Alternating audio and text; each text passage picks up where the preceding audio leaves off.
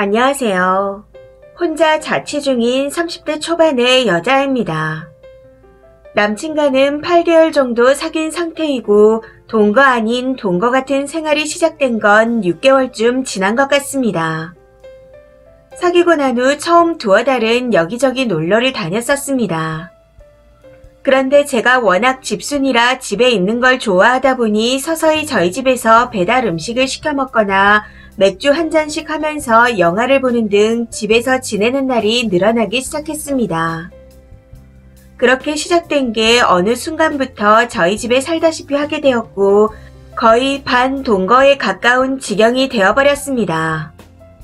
남친은 일을 마치고 저희 집으로 퇴근하고 저희 집에서 씻고 밥을 먹습니다. 그러고는 저희 집에서 잠자고 저희 집에서 출근을 하죠. 일주일에 한두 번 본인 집에 잠깐 들려서 옷을 몇 개 들고 오고 주 7일을 저희 집에서 지내고 있습니다. 사실 거기까지는 좀 불편한 감이 있었지만 그래도 사랑하는 남친이니 그러려니 했습니다. 그런데 문제는 생활비더군요. 평소 50만원 정도로 생활비 예산을 잡고 지냈었는데 저 혼자 지낼 때는 늘 남았습니다.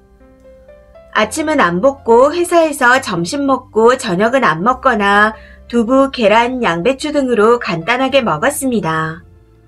그리고 라면도 한 달에 한두 개 정도 먹는 편이었죠. 해서 생활비가 거의 안 들었습니다.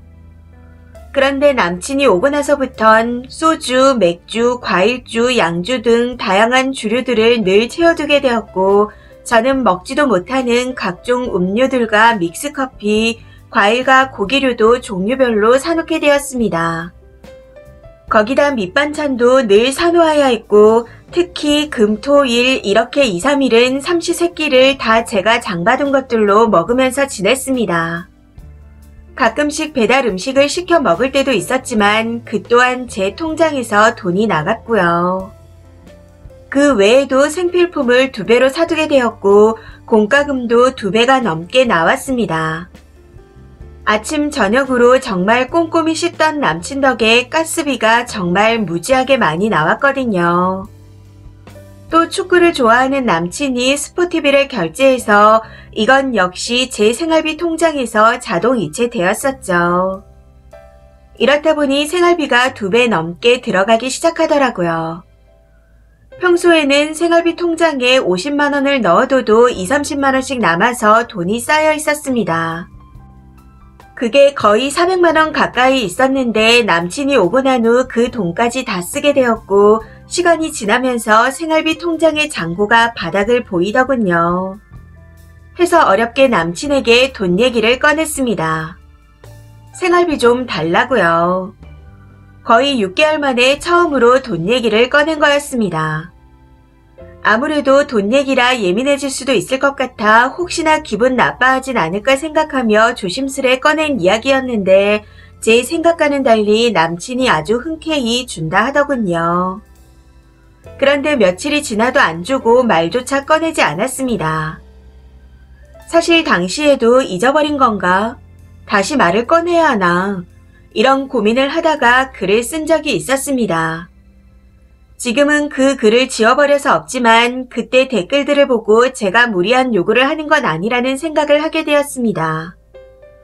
그래서 다시 한번 돈 얘기를 꺼내려고 마음먹고 있었는데 어제 퇴근한 남친이 생활비라며 먼저 돈을 주는 겁니다. 그런데 그 돈을 받아보고 정말 황당하고 어이가 없어 아무 말도 할 수 없었습니다. 그도 그럴 게 남친이 제 손에 쥐어준 돈이 딱 5만원짜리 한 장이었거든요. 장난 아니고 거짓 하나도 없이 진짜 5만원이었습니다. 생활비라 말하며 제 손에 돈을 쥐어주면서 엄청 뿌듯한 표정으로 저를 바라보는데 황당하다 못해 비참한 기분까지 느껴져서 눈물밖에 나오지 않았습니다. 다들 믿기시나요? 6개월 만에 처음으로 받은 생활비가 5만원입니다. 이 남자 세상 물정을 모르는 걸까? 아니면 나를 먹이려고 일부러 이러는 걸까? 하며 정말 5만 가지 생각을 다 했던 것 같습니다. 아무튼 그렇게 5만원짜리 한 장을 받아들고 한참을 멍하니 있다가 펑펑 울면서 너랑 못 만나겠다. 헤어지자. 딱 이렇게 말하고는 남친을 밖으로 내쫓아버렸습니다. 그러고는 남친 짐을 정리해서 밖에 내놓고 밤새 울었네요.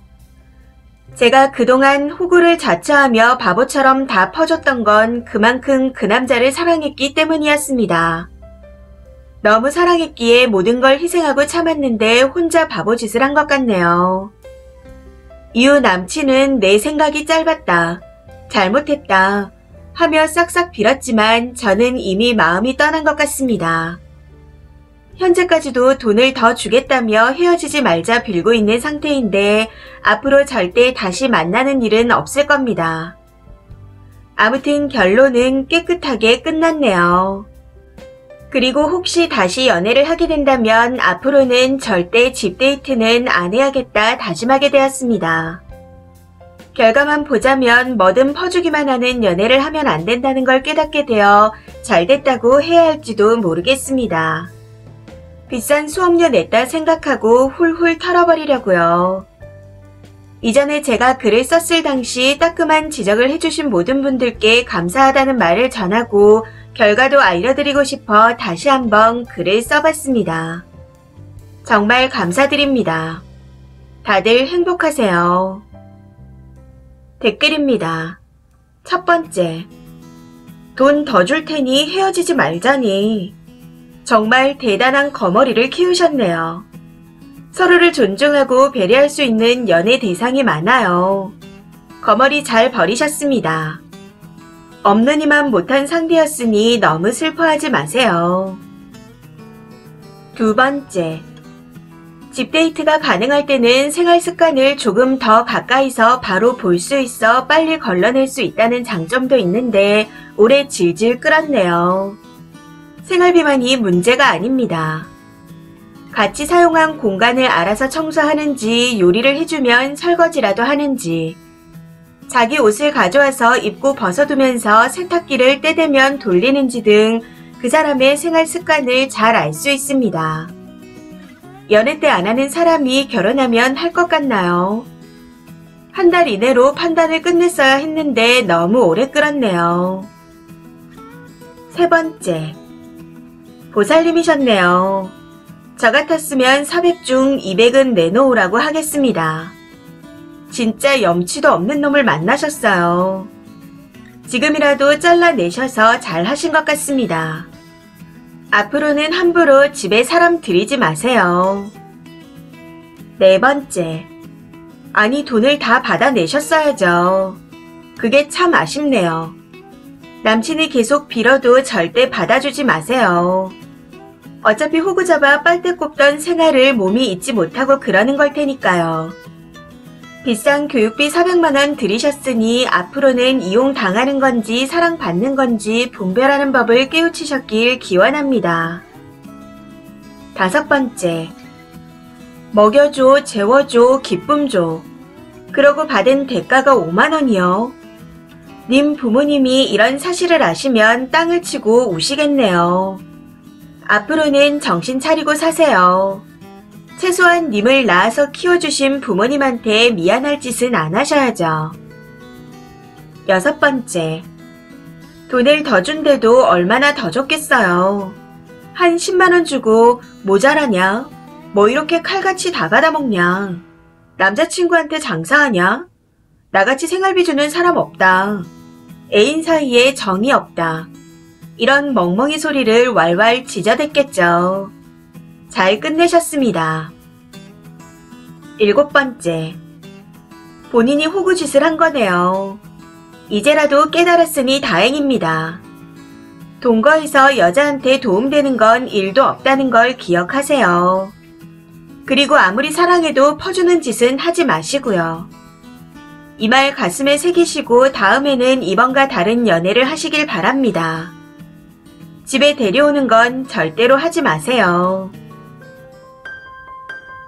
이 사연은 여기까지입니다. 시청해주셔서 감사합니다.